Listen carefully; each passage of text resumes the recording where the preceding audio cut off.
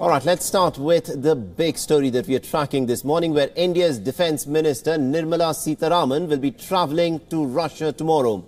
Now, she'll be attending the 7th Moscow Conference on International Security, and this will, of course, be her first visit to Russia in her capacity as the Defence Minister of India. Do swear in the name of God that I will bear true faith. And also, in her 3-day tour between the 3rd and the 5th of April, she'll be participating in the 7th Moscow Conference on International Security.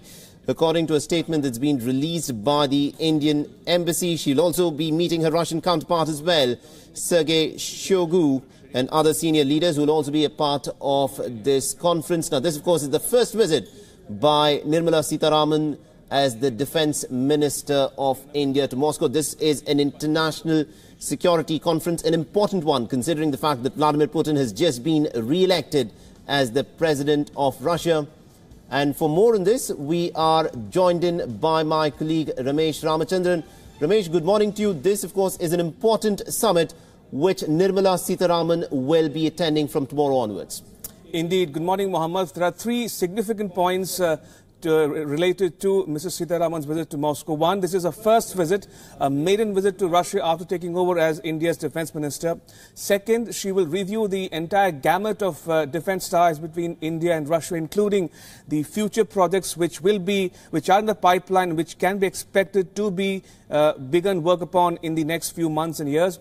The third point is to lay the ground for President Putin's visit to India for the annual India-Russia summit in the month of October. So clearly a lot of agenda items on a visit this time. And also considering the optics of this visit, Ramesh, this is high on optics as well, considering the fact that Vladimir Putin has again come back stronger than ever as the President of Russia. And despite India making newer friends, allying itself very closely with the United States, Israel is another partner that we're looking for in trying to import some of our defence requirements. India is also making a point that we will not be giving up on our old ally, which has stood us in good stead for the last 7 decades. Indeed, after perhaps France, Russia is one of the few countries with which India has annual summits, plus also a strategic partnership.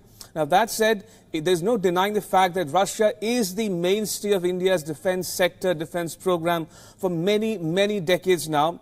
The significance of this was amplified by Foreign Minister Sushma Swaraj in Japan last week, when she said that India will not be dictated to by any of the power blocs, that it will take a decision based solely on India's national interest and interest alone. So clearly, there was an indication there of how India will chart or maneuver its foreign policy in the days and weeks and months ahead. Right, we'll have to leave it there. Thank you very much indeed, Ramesh Ramachandran, for joining us and getting us all those updates. We'll, of course, be coming back to you as this important conference unfolds in Moscow from tomorrow.